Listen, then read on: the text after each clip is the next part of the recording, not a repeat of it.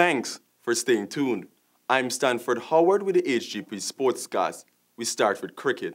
After a delayed start at Old Trafford in Manchester of the first one-day international, England triumphed over the West Indies. More in this report. West Indies won the toss and elected to bat and managed 53 for 2 wickets in the 9th over. Of the mandatory power play, Evan Lewis was caught by Hales off Moeen Ali for 11, and Chris Gayle made 37, caught by Root in the 9th over.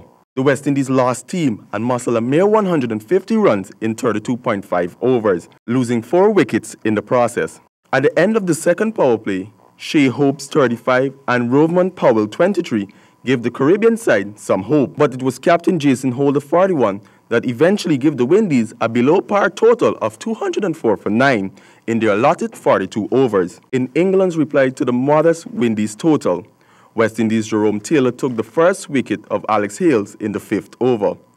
But it was Johnny Bairstow, 100 not out, and Joe Root 54 that steered England on for the win. The second ODI is on Thursday, 21st of September at Trent Bridge. The Guyana Cricket Board Jaguars 3-day league moves to day 2 with wins for Lower Corentyne and West Demerara.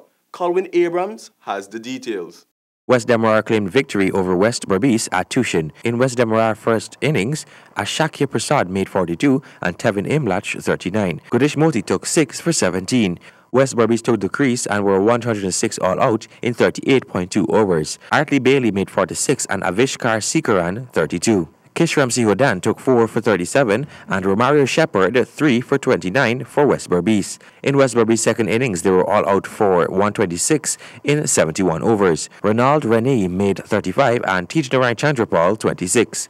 Bowling for West Berbice again were Gudish Moti 5 for 25 and teammate Stephen Harris 3 for 31. West Berbice's second innings saw them falling 101 all out in 35 overs, with Sherwin McPherson 27, Javid Karim 31, and Stephen Harris 14. Romario Shepherd took 4 for 41 and Kishram Sihodan 2 for 35. West Demerara won by 30 runs. Lower Corentyne rallied to victory, defeating Upper Corentyne at Albion. In Upper Corentyne's first inning, Adrian Sukwa 15 off 37, Balchan Baldio 25 off 24, Rajiv Ian 12 off 16, Kevin Sinclair 18 off 66, and Anthony Bramble 36 off 26 balls. Bowling for Lower Corentyne were Sami Permal 6 for 49 and Kasim Khan 4 for 37. Upper Corentyne were 136 all out in 39.1 overs. Lower Corentyne's first inning saw batsman Jason Sinclair 21 off 33 balls, Kevin Anderson 35 off 57 balls, Jonathan Fu 24 off 55 balls, Wahid Edwards 89 off 212 balls,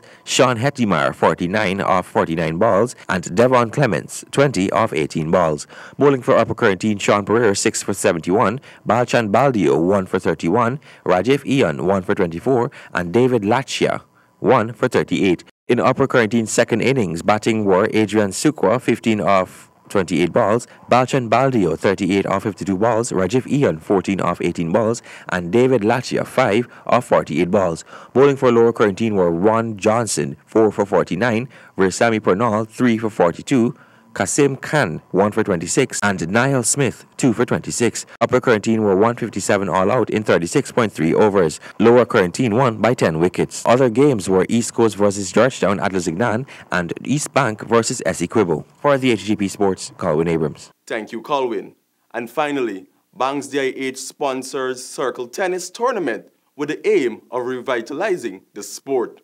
Colwyn Abrams has more. The tournament begins Wednesday evening and is organized by Banks DIH with the aim of promoting the game of circle tennis at the national level. According to Alistair Monroe, sports officer of the National Sports Commission, the beverage company's support for the game is a great opportunity for young players to develop themselves in the sport.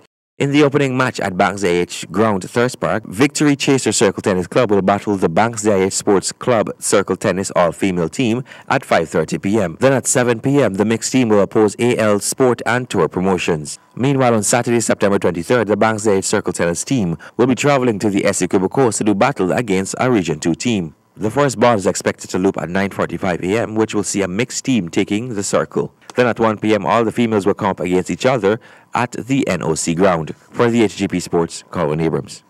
That's all we have for this edition of the HGP Sportscast. Back to you, Travis.